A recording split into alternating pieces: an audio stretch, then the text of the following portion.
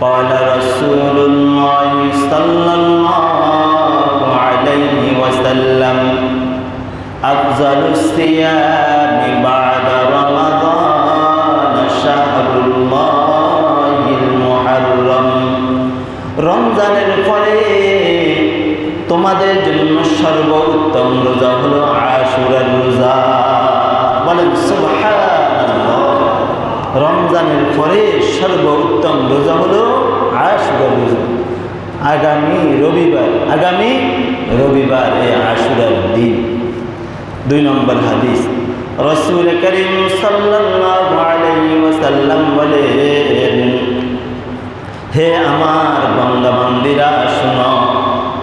قال رسول الله صلى الله عليه وسلم صيام يوم عاشوراء أحتسب على الله أن يكفر السنة التي قبله।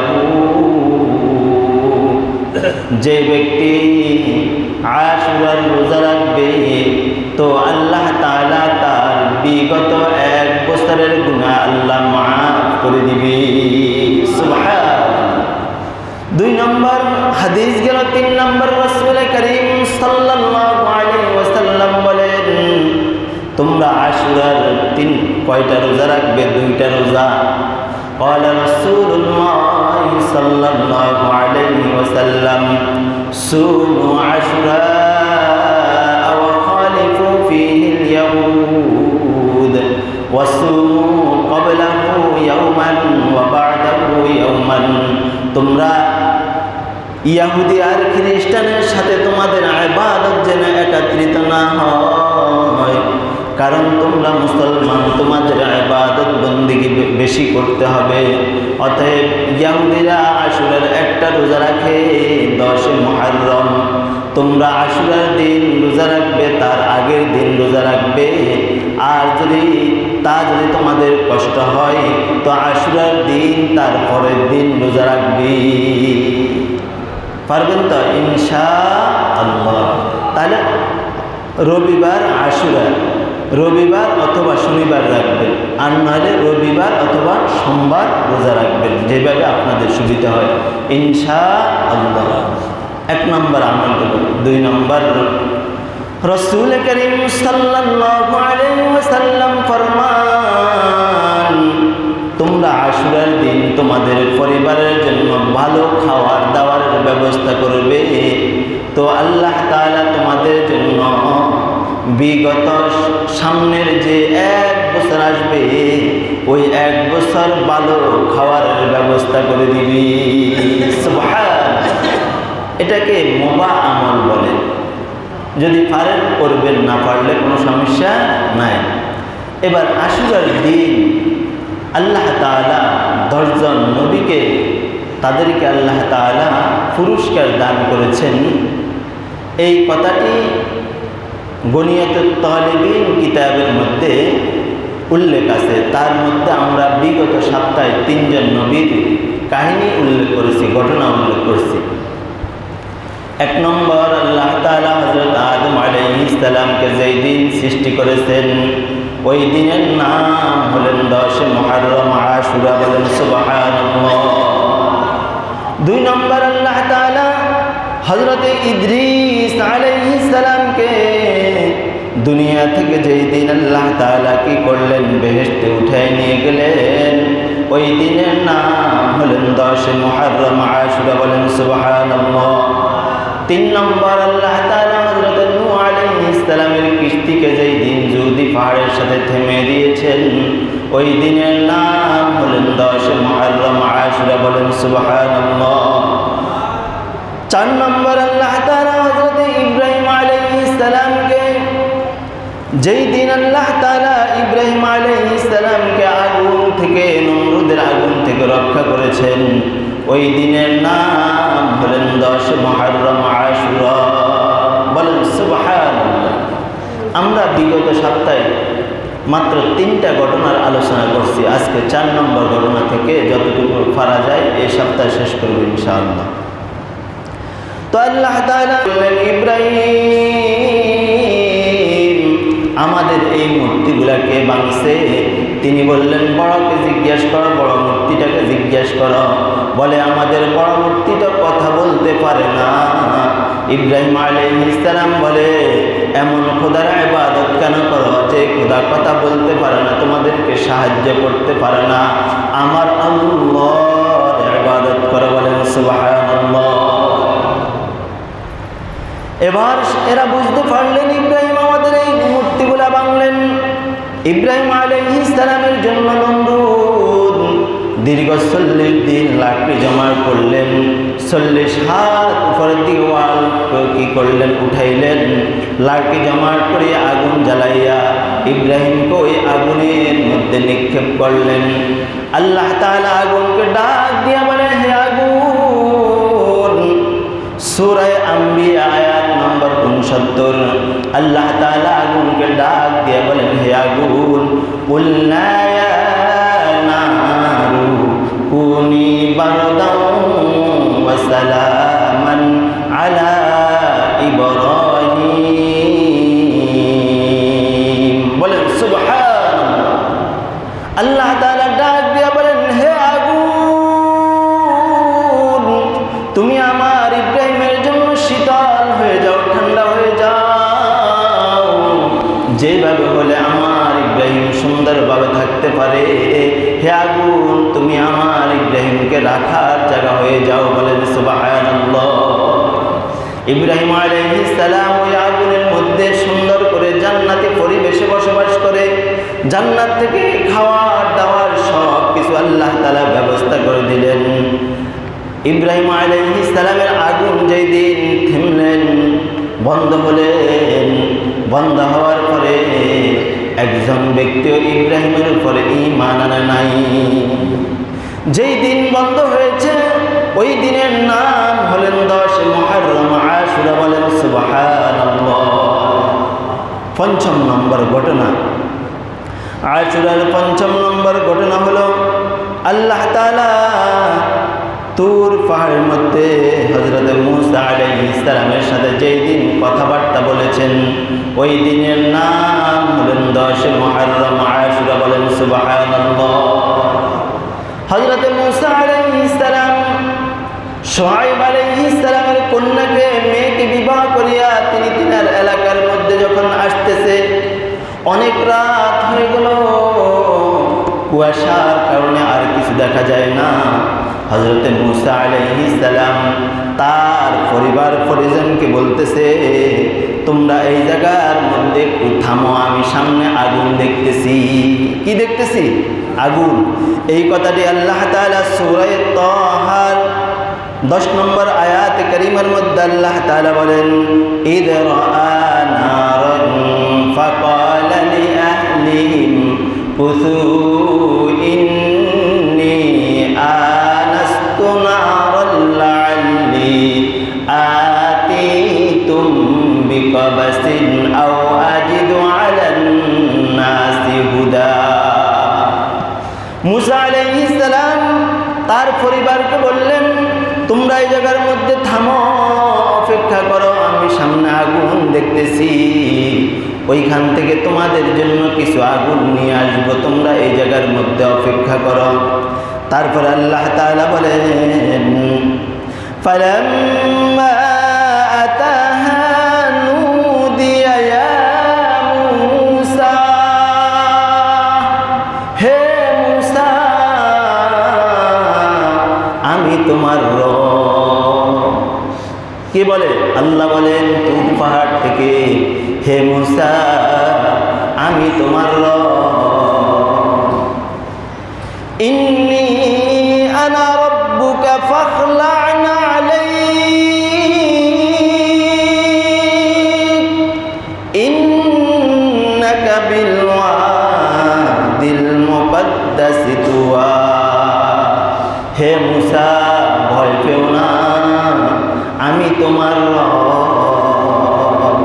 তুমি ভয় পেও না, তুমি তোমার পাদুকাটা খুলে ফেলো, এটা পবিত্র জায়গা, এটা পবিত্র জায়গা, তোমার জুতাটা খুলে ফেলো। মসজিদে ঢুকতে জুতা খুলে আসতে হয়, কারণ কি? মসজিদ পবিত্র জায়গা। আল্লাহ ডাক দিয়ে বলেন,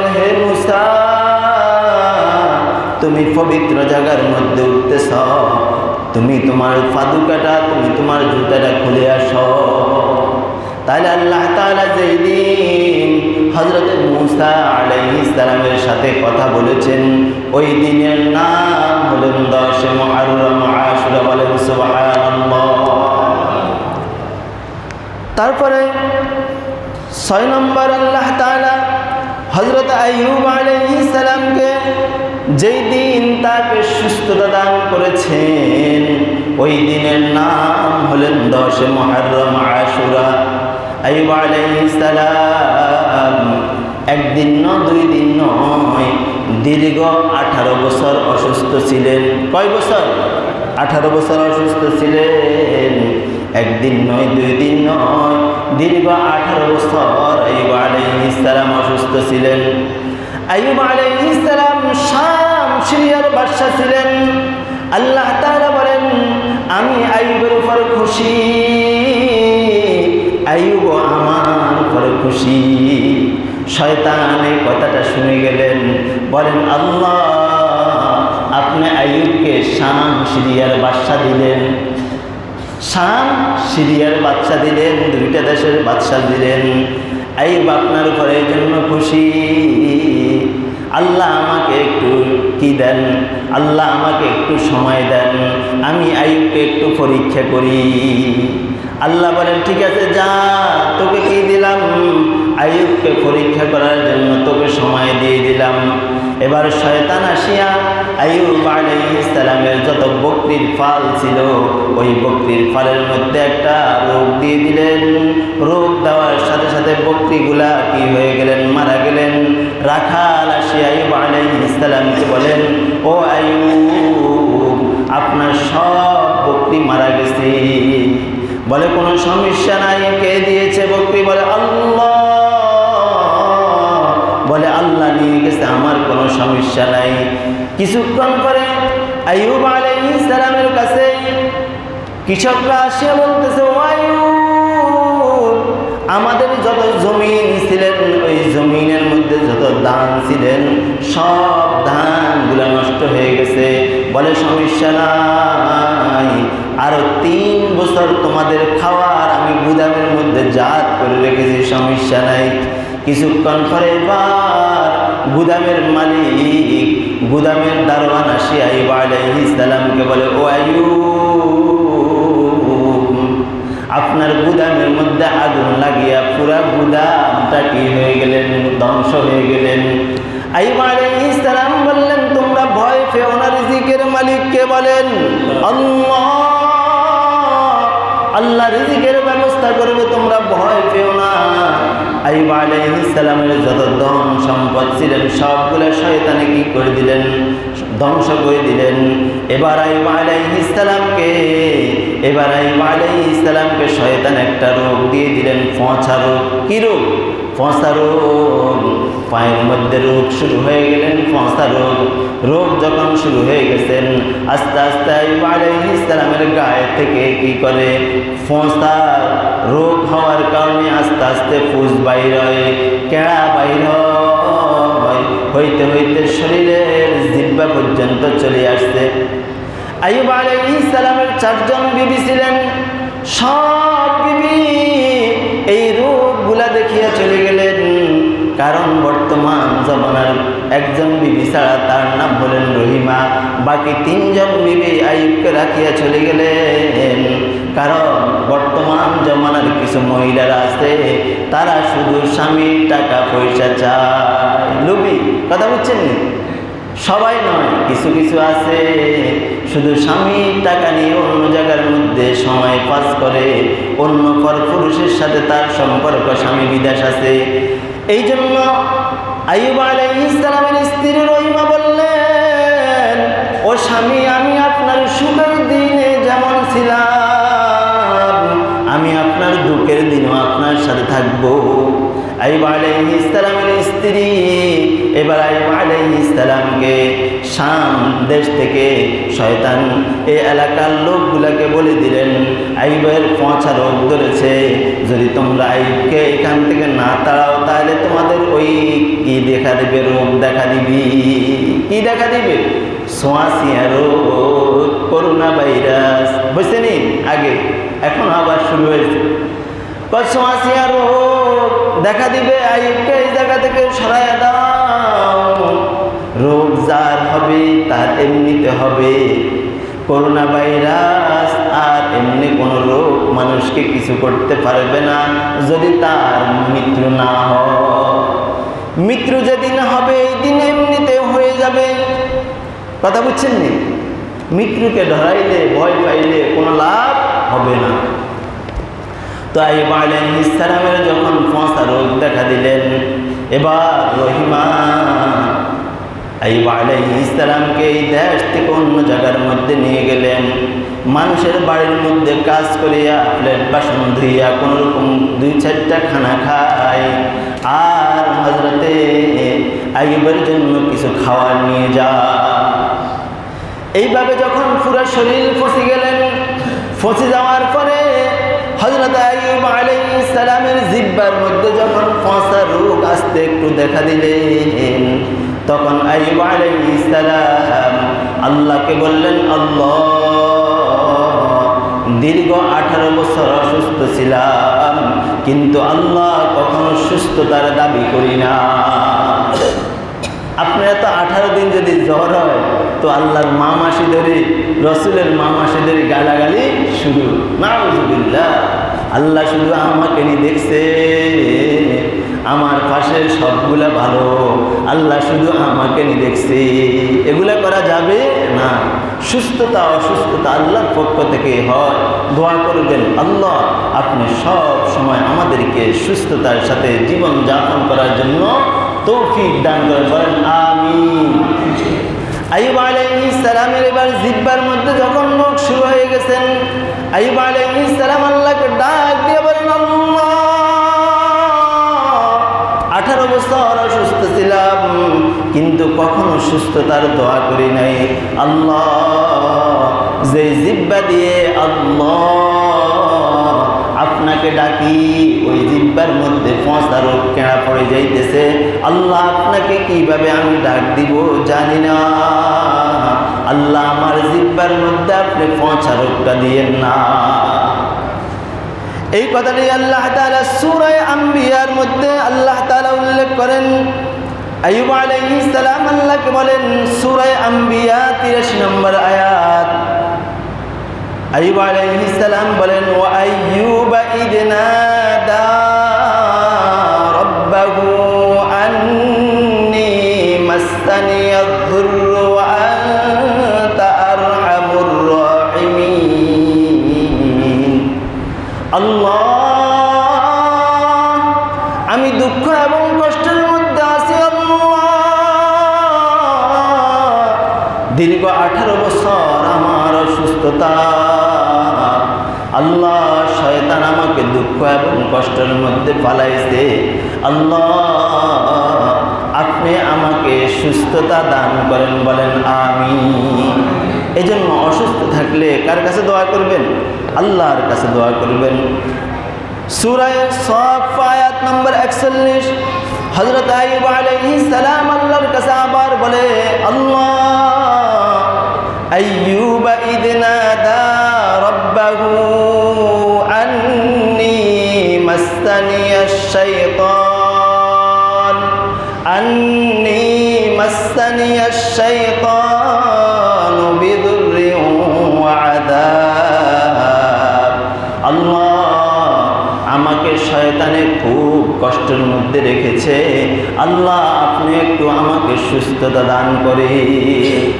আল্লাহ সাথে সাথে জিবরাইল আলাইহিস সালামকে বললেন, হে জিবরাইল, জলদি যা, আইয়ুবের পায়ের নিচে তোমার একটা ডানা দিয়ে আঘাত করবে, ওইখান থেকে ঝর্ণা বাহির হবে, পানি বাহির হবে।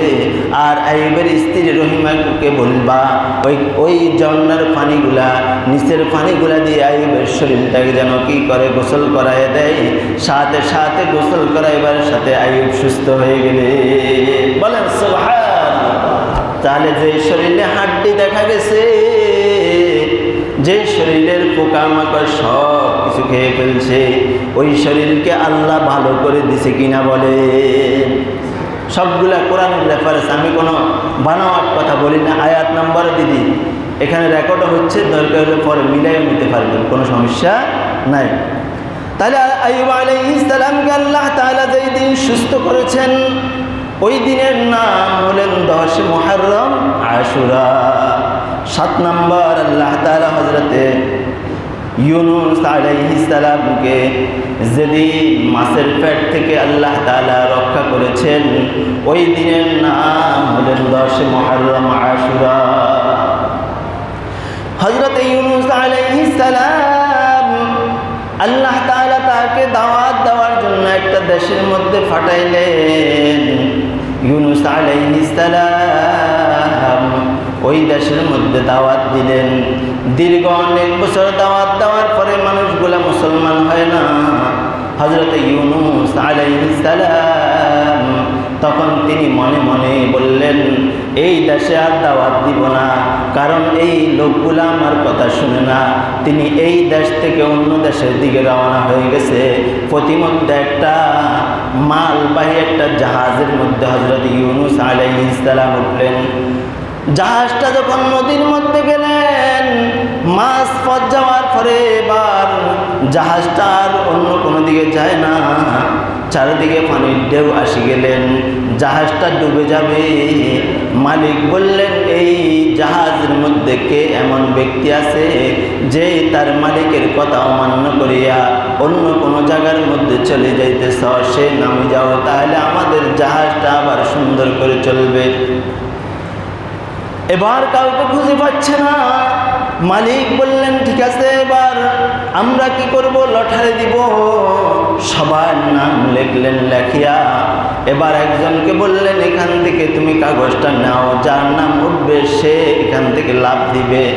যখন কাগজ টান দিলেন, ভিতরে থেকে কাগজ উঠাইলেন, দেখলেন নামটা হলো ইউনুস।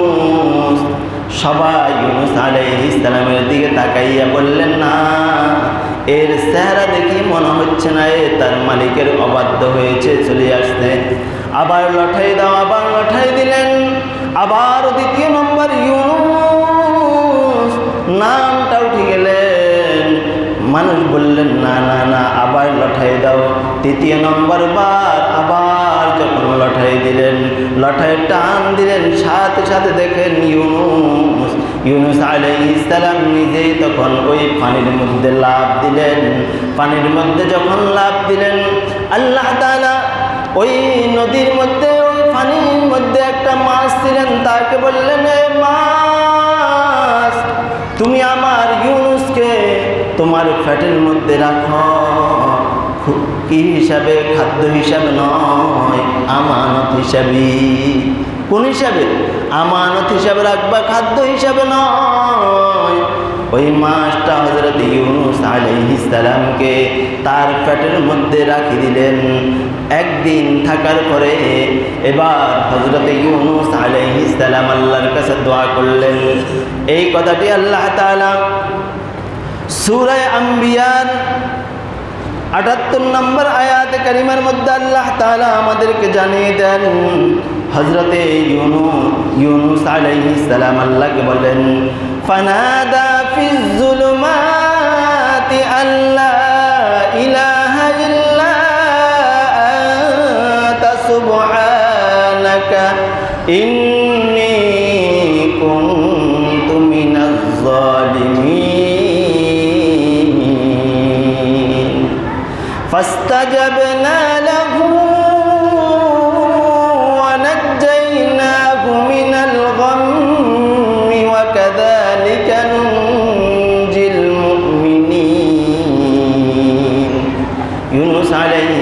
আল্লাহকে ডাক দিয়ে বলেন, আল্লাহ,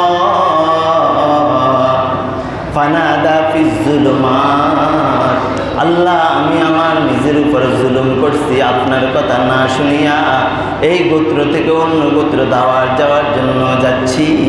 আল্লাহ, আমি নিজের উপরে জুলুম করলাম, আর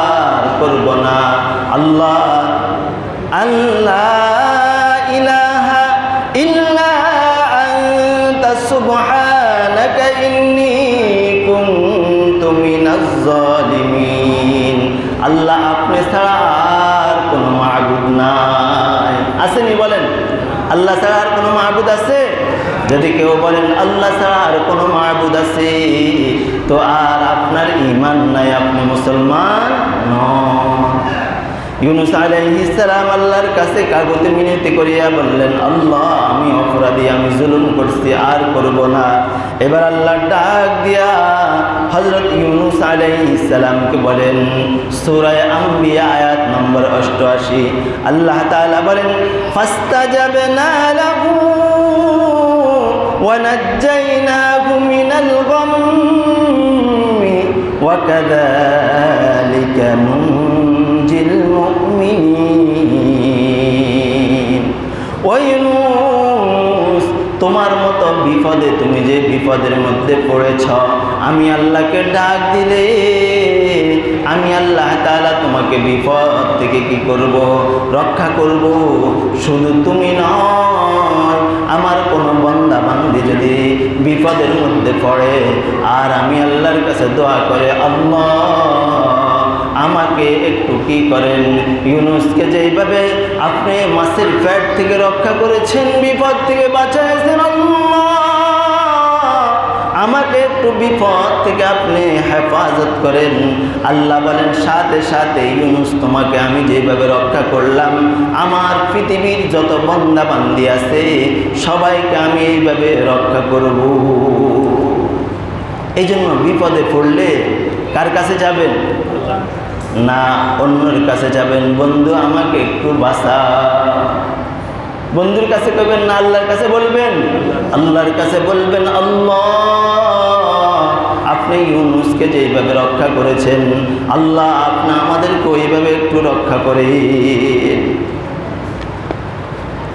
এবার হযরতে ইউনুস আলাইহিস সালামকে আল্লাহ তাআলা যেই দিন মাছের পেট থেকে রক্ষা করেছেন, ওই দিনের নাম হলেন 10 মুহররম আশুরা। 8 নম্বর, আল্লাহ তাআলা লোহিত সাগর থেকে যেই দিন আল্লাহ তাআলা মুসা আলাইহিস সালামকে কি করলেন, সাগরের থেকে, লোহিত সাগর থেকে আল্লাহ তাআলা রক্ষা করেছেন ফেরাউনের হাত থেকে, ওই দিনের নাম হলেন 10 মুহররম আশুরা। হযরত মুসা আলাইহিস সালাম তিনি যখন তার কওমকে নিয়ে ইসলামের দাওয়াত দেওয়া শুরু করেছেন, ফেরাউনের এটা আর ভালো লাগে না। ফেরাউন মুসা আলাইহিস সালামকে খোঁজ করার জন্য 9000 শিশুকে হত্যা করেছেন, শুধু মুসাকে খুন করার জন্য। মুসা আলাইহিস সালামের যখন বয়স 3 মাস হয়, তখন হযরত মুসা আলাইহিস সালামকে তার আম্মা একদিন, ফেরাউন তার বাহিনী নিয়ে আসতেছে মুসার বাড়ির মধ্যে। মুসার ছোট বোন বললেন, আম্মা ফেরাউনকে দেখা যায় আমার ভাইকে মেরে ফেলবে। আল্লাহ সাথে সাথে জিব্রাইলকে পাঠাইলেন, জিব্রাইল মুসার আম্মাকে যাইয়া বলো, মুসাকে যেন চুলার মধ্যে একটা পাতিলের মধ্যে বসায় দেয়, ফেরাউন সবাইকে নিয়ে খোঁজ করে এখান থেকে চলে যাবে।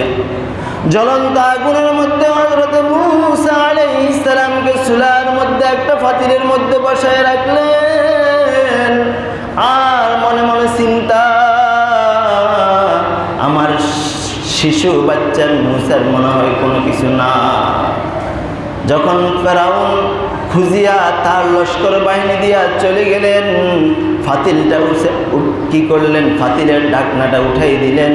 মুসা আলাইহিস সালাম মুস্কি তার আম্মার দিকে হাসি দিলেন, বলেন সুবহানাল্লাহ। আল্লাহ কেমন দেখেন। আপনারা অনেকেই বিপদে পড়লে, মুসিবতে পড়লে আল্লাহকে কি করতে চান না, আল্লাহকে ডাকতে চান না। আল্লাহ চায় আমার বান্দা আমার কাছে আসো, আমি তার জীবনের গুনাহ মাফ করে দিতে রাজি আছি, তাকে বিপদ থেকে আমি আল্লাহ তাআলা কি করব, হেফাজত করব। আমি আল্লাহ আসি, আয় বান্দা আমার কাছে আয়। তাহলে হযরত মুসা আলাইহিস সালামকে আল্লাহ তাআলা যেই দিন নীল নদ থেকে আল্লাহ তাআলা রক্ষা করলেন, ওই দিনের নাম হলেন 10 মুহররম আশুরা। এই কথাটি আল্লাহ তাআলা সূরা ইউনূসের 92 নম্বর আয়াতে কারিমার মধ্যে আল্লাহ তাআলা বলেন ফালইয়াউমা নুনাজ্জিকা বিবাদানিকা লিতাকুনা লিমান খালফাকা আয়া। আল্লাহ বলেন, হে ফেরাউন, আমি আল্লাহ তাআলা নীল নদের মধ্যে তোমাকে ডুবায়া মারব, সাথে সাথে তোমার যে দেহ আছে, যে শরীর আছে, এই শরীরটাকে আমি আল্লাহ তাআলা কিয়ামত পর্যন্ত মানুষের জন্য রাখি দিব।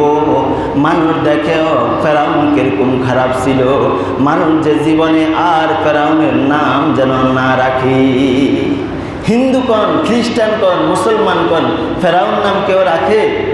যত হিন্দুর নাম আছে ফেরাউনের নাম কেউ রাখে না, সময় শেষ। তাহলে আল্লাহ তাআলা হজরতে দাউদ আলাইহিস সালামকে যেই দিন রাজত্ব দিয়েছেন ওই দিনের নাম হলেন 10 মুহররম আশুরা।